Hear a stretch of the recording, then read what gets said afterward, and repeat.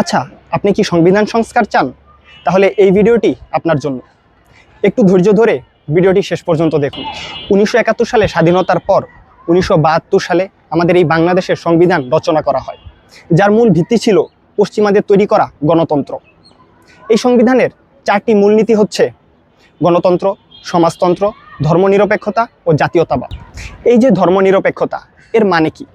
এর মানে হচ্ছে ধর্ম হবে যার যার ব্যক্তিগত পালনের বিষয়। জাতীয় ও রাষ্ট্রীয় জীবনে ধর্মের কোনো হস্তক্ষেপ থাকবে না। অন্যদিকে ইসলাম বলে, ইসলাম হচ্ছে একটি পূর্ণাঙ্গ জীবন ব্যবস্থা, যার দ্বারা সমগ্র বিশ্ব পরিচালনা করা সম্ভব। তাহলে একজন মোমেন মুসলিম দাবিদার কখনোই কি এই গণতান্ত্রিক সংবিধান মানতে পারে? আমাদের বাংলাদেশের প্রায় 92% মানুষ মুসলমান।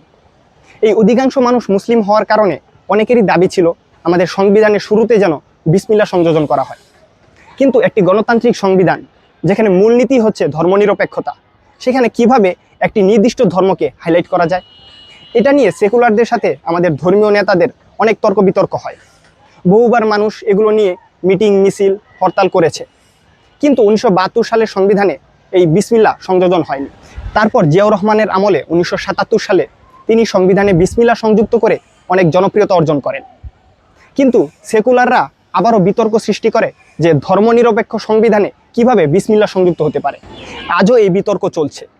এখন আমার প্রশ্ন হচ্ছে, একজন চোর যদি বিসমিল্লাহ বলে চুরি করে, তাহলে সেই চুরি কি জায়েজ হয়ে যাবে?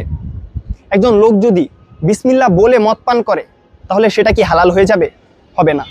ঠিক তেমনি মানুষের তৈরি সংবিধানের শুরুতে যদি বিসমিল্লাহ সংযুক্ত করা হয়, তাহলে কি সেটা ইসলামী সংবিধান হয়ে যাবে?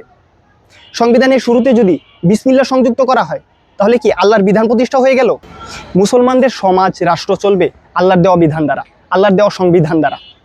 যেখানে এই 92% মুসলমানদের সমাজ, রাষ্ট্র চলছে মানুষের তৈরি গণতান্ত্রিক সংবিধান দ্বারা, সেখানে সংবিধানের শুরুতে বিসমিল্লাহ সংযোজন নিয়ে তর্ক বিতর্ক, মিটিং, মিছিল করা নিতান্তই মূর্খতার পরিচয়।